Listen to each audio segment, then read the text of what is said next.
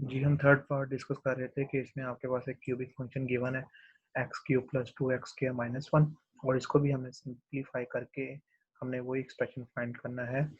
कौन सा एक्सप्रेशन? ये वाला F A plus H minus F of A divided by H. इसी तरह सबसे पहले हम एफ ए प्लस एच की वैल्यू फाइंड करेंगे। आपने क्या किया, एफ की जगह ए प्लस एच पुट कर दिया, तो ये आपके पास पहली इक्वेशन बन गई। और फिर आपने एक्स की जगह ए पुट कर दिया, तो आपके पास ये सेकंड जो है उसका आंसर आ गया। अब आप इन दोनों वैल्यूज को क्या करोगे, इसमें पुट कर दोगे, एफ ए प्लस एच और माइनस एफ ऑफ ए की जगह का आंसर वैल्यूज पुट कर दो। तो ये आपने पहले एफ ए प्लस एच की वैल्यू पुट की और साथ में एफ ऑफ ए की वैल्यू पुट की। अब आप यहाँ देखें, यहाँ पे क्या है, आपके पास क्यूब इन्वॉल्व हो रहा है। तो आपको पता है ये क्या है, ए प्लस बी का क्यूब क्या होता है, A plus B whole cube is equal to A cube plus 3a square B plus 3ab square plus B cube. तो ये आपने यहाँ फार्मूला एक्सपेंड किया।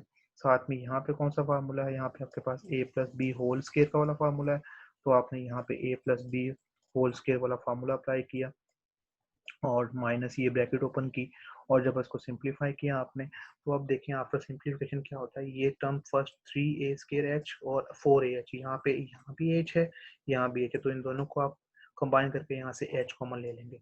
और इसी तरह 3a एच स्क्वायर और 2h स्क्वायर, इन दोनों को जब कंबाइन करेंगे तो इसमें एच स्क्वायर दोनों में कॉमन है, तो यहाँ से एच स्क्वायर आ जाएगा। और थर्ड आपके पास एच क्यूब है। तो जब आप ये देखेंगे, ये आपके पास एक टर्म ये बन गई, अब सेकंड टर्म ये बन गई और थर्ड टर्म एच क्यूब। इन तीनों में क्या है, एच कॉमन है, तो आपने एच कॉमन निकाल लिया। तो यहाँ पे एच एक ही था, तो ये सिंगल टर्म रह गई, यहाँ पे एच स्क्वायर था तो यहाँ एच रह गया, एच क्यूब एच स्क्वायर रह गया, एच एच से कैंसिल आउट हो गया। तो आपके पास ये जो ब्रैकेट में इनसाइड जो टर्म है वो आपके पास, ये आपके पास आंसर आ गया। तो ये आपके पास जिसका थर्ड पार्ट था। जो फोर्थ पार्ट है बेटा, वो है F of X equal to cos X. तो जो हमने सेकंड पार्ट किया साइन एक्स वाला, वो आपके पास सिमिलर टू डैट है। ये वो आपका होमवर्क है, वो आपने खुद करना है। ये वाला पार्ट जो सामने नजर आ रहा है, ये सेम वही जो है साइन एक्स वाला है, तो इसको आपने खुद देखना है बेटा। अब हम देख रहे हैं क्वेश्चन नंबर 5। इसमें क्या है बेटा, आपके पास एक फंक्शन गिवन है, ये अभी क्यूबिक फंक्शन है, X cube minus A X square plus B X plus 1। ये आपके पास एक क्यूबिक फंक्शन है। अब आप यहाँ देख रहे हैं ये ए और बी, यहाँ पे दो अननोन इन्वॉल्व हो रहे हैं, तो यही टारगेट हमारा, ये दो ही अननोन वैल्यूज हमने फाइंड करनी है। ठीक है, अब फाइंड करने के लिए क्या कंडीशन गिवन है, कहता है कि फंक्शन की वैल्यू 2 पे -3 है, मतलब ये इन्फॉर्मेशन हमें दे दी थी कि अगर हम इसमें 2 पुट करें फंक्शन में तो उसका रिजल्ट क्या आता है, -3। और एक और इन्फॉर्मेशन गिवन है कि फंक्शन की वैल्यू है -1, वो क्या है, 0। तो ये दो इन्फॉर्मेशन हम यूज करेंगे और दो इक्वेशंस बनाएंगे, और दो इक्वेशंस बना के हमारे पास दो अननोन्स हैं और दो अननोन्स की वैल्यू फाइंड करेंगे। तो देखते हैं बेटा, स्टार्ट करते हैं। हमारे पास ये गिवन फंक्शन था, इसमें हमें क्या है, एफ ऑफ 2 की वैल्यू दी हुई है, तो हम क्या करते हैं, पहले इस फंक्शन में एक्स की जगह 2 पुट करते हैं और देखते हैं कि हमारे पास कौन सी इक्वेशन बनती है। तो हमारे पास जब हमने 2 पुट किया, तो क्योंकि ए और बी की वैल्यू नहीं है, तो ये इक्वेशन ए और बी की फॉर्म में बन गई, इसको आपने इक्वेशन नंबर 1 का नाम दे दिया। फिर आपके पास क्या इन्फॉर्मेशन गिवन है कि फंक्शन की वैल्यू -1 पे, तो आपने एक्स की जगह -1 पुट किया और फिर ए और बी की फॉर्म में आपके पास इक्वेशन है, तो आपके पास दूसरी इक्वेशन क्या बन गई, -a -b। तो इक्वेशन नंबर 2 का नाम दे दिया आपने इसको। अब देखें, ये आपने एफ ऑफ 2 पुट किया था और इसका ये इक्वेशन बनी है, तो ये इक्वेशन किसके बराबर होनी चाहिए, क्योंकि वो कहता है एफ ऑफ 2 की वैल्यू -3 है, उसका मतलब इक्वेशन 1 जो है कम्प्लीटली इज इक्वल टू -3। तो आपने क्या किया, इक्वेशन 1 को जो है 3 के बराबर पुट कर दी। उसने कहा हुआ है कि एफ ऑफ 2 की वैल्यू -3 है, तो यहाँ से आपने इसकी वैल्यू पुट कर दी, इसके इक्वल कर दिया इस इक्वेशन को 1 को। और सिमिलरली जो क्वेश्चन नंबर 2 है, वो किसका आंसर है, वो एफ ऑफ -1 है, और उसने भी दिया हुआ है आपको एफ ऑफ -1 का आंसर क्या दिया हुआ है, 0। तो आपने जो सेकंड इक्वेशन है उसको आपने 0 के बराबर पुट कर दिया। ये सेकंड इक्वेशन आप देखें सिंप्लीफाई हो रही है, इसको आप सिंप्लीफाई करें तो आपके पास क्या रिजल्ट आ रहा है, बी की वैल्यू क्या आ रही है, -a। आपने यहाँ पे बी की वैल्यू इन टर्म्स ऑफ ए निकाल ली। अब इस ए को आप क्या करेंगे, इस इक्वेशन नंबर 3 जो आपने बनाई हुई यहाँ पे बी की जगह -a लिख देंगे। जब बी की जगह -a लिखेंगे आप, सारी इक्वेशन ए में चली गई, तो यहाँ से आपके पास ए की वैल्यू 2 आ गई। जब आपने ए की वैल्यू निकाली, तो ए की वैल्यू आप यहाँ पुट करेंगे इस इक्वेशन के अंदर, तो यहाँ से बी की वैल्यू आपके पास आ गई। और यही हमारा टारगेट था कि हमने ए और बी की वैल्यू फाइंड करनी थी। तो इस तरह ये बेटा ये फंक्शन था, और फंक्शन में कुछ वैल्यूज आपको दी हुई थी, उन वैल्यूज को आपने, उन इंफॉर्मेशन को यूज करते हुए आपने अननोन्स जो है वो फाइंड कर लिए।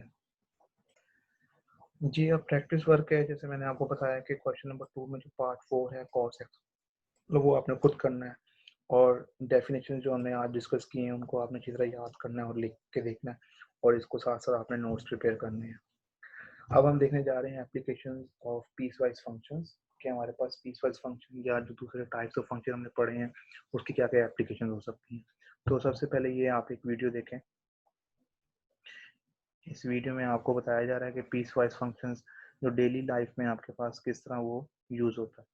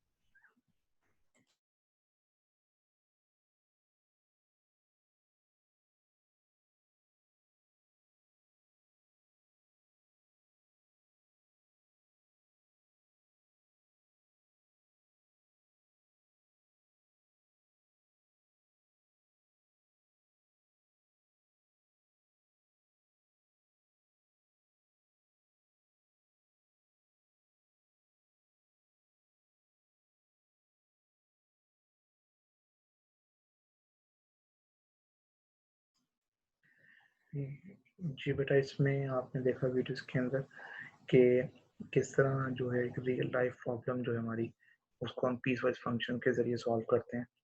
तो इस तरह और भी बहुत सारी एप्लीकेशंस हैं इसकी डेली लाइफ के अंदर। तो आप फर्दर इसको सर्च करें कि कौन कौन सी और जो है डेली लाइफ इसकी एग्जांपल्स हैं। अब नेक्स्ट देखते हैं हम एक और एप्लीकेशन के पीस वाइज फंक्शन कहाँ यूज़ होते हैं। तो ये आपसे कह रहा है कि पीस वाइज फंक्शन जो है आपके,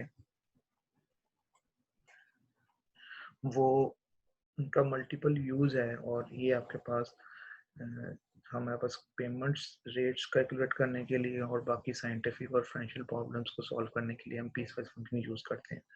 नीचे एक उसने आपके पास एक एग्जांपल आपसे शेयर की हुई है कि हम किस तरह जो है एक प्रॉब्लम को हम सॉल्व करते हैं using this piecewise functions. यहाँ पे जो प्रॉब्लम आपसे डिस्कस की जा रही है वो इस तरह है कि एक एथलीट है, वो जो है या बाइक राइडर है, वो आपके पास डिफरेंट इंटरवल्स के अंदर डिफरेंट डिस्टेंस कवर करता है। तो हम उसको जो है पीस वाइज फंक्शन के ज़रिए सॉल्व करते हैं और उसको ड्रॉ करते हैं। तो इस तरह हम उसका जो है टोटल जो है डिस्टेंस और बाकी उसका ग्राफ जो है स्केच कर सकते हैं। तो ये आपके पास एप्लीकेशन है पीस वाइज फंक्शन की। अब इसके बाद फर्दर हम देखते हैं कि पॉलिनोमियल्स जो है वो कहाँ यूज़ होती हैं हमारी डेली लाइफ के अंदर, उनका क्या यूज़ है। तो कहता है engineers use polynomials to graph the curves of roller coasters. ठीक है, रोलर कोस्टर्स जो हैं उनका जो कर्व बनाने के लिए, उसका ग्राफ ड्रॉ करने के लिए इंजीनियर्स पॉलिनोमियल्स यूज करते हैं। ठीक है, कहता है रोलर कोस्टर्स जो होते हैं में use polynomials describe the curves in the rights, मतलब कि जो राइट्स के कर्व्स होती हैं उनको बेसिकली डिस्क्राइब करने के लिए पॉलिनोमियल्स जो है इंजीनियर जो है पॉलिनोमियल्स का यूज करते हैं। ठीक है, कॉम्बिनेशन ऑफ पॉलिनोमियल्स अगर आप कॉम्बिनेशन यूज कर रहे हैं are sometime use in economics for cost analysis. Cost analysis के लिए आपके पास ये यूज होती है पॉलिनोमियल्स। तो इस तरह ये आपके पास टाइप ऑफ फंक्शंस था। पॉलिनोमियल इसकी हमने एप्लीकेशन देखी। तो बाकी फंक्शंस के भी बट डेली लाइफ में काफ़ी यूज़ है।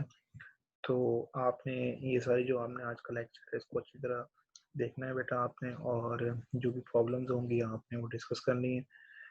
आपके पास कोई क्यूरी हो या कोई चीज़ समझ ना आई हो आपको तो आप ज़रूर मुझसे पूछें, तो इंशाल्लाह हम वो डिस्कस करेंगे आपके साथ गूगल क्लासरूम की। और साथ साथ आपने नोट्स प्रिपेयर करते रहें ताकि जो है आपके पास जब ज़्यादा काम हो जाता है फिर प्रॉब्लम हो जाती है, तो जब साथ साथ आप करेंगे तो एक तो नोट्स भी बनते जाएंगे और आपको फिर ज़्यादा समझ आएगी। चलिए अपना ख्याल रखेंगे, इंशाल्लाह हम कल मुलाकात होगी आपसे क्लास के अंदर। ओके बेटा, अल्लाह हाफिज़।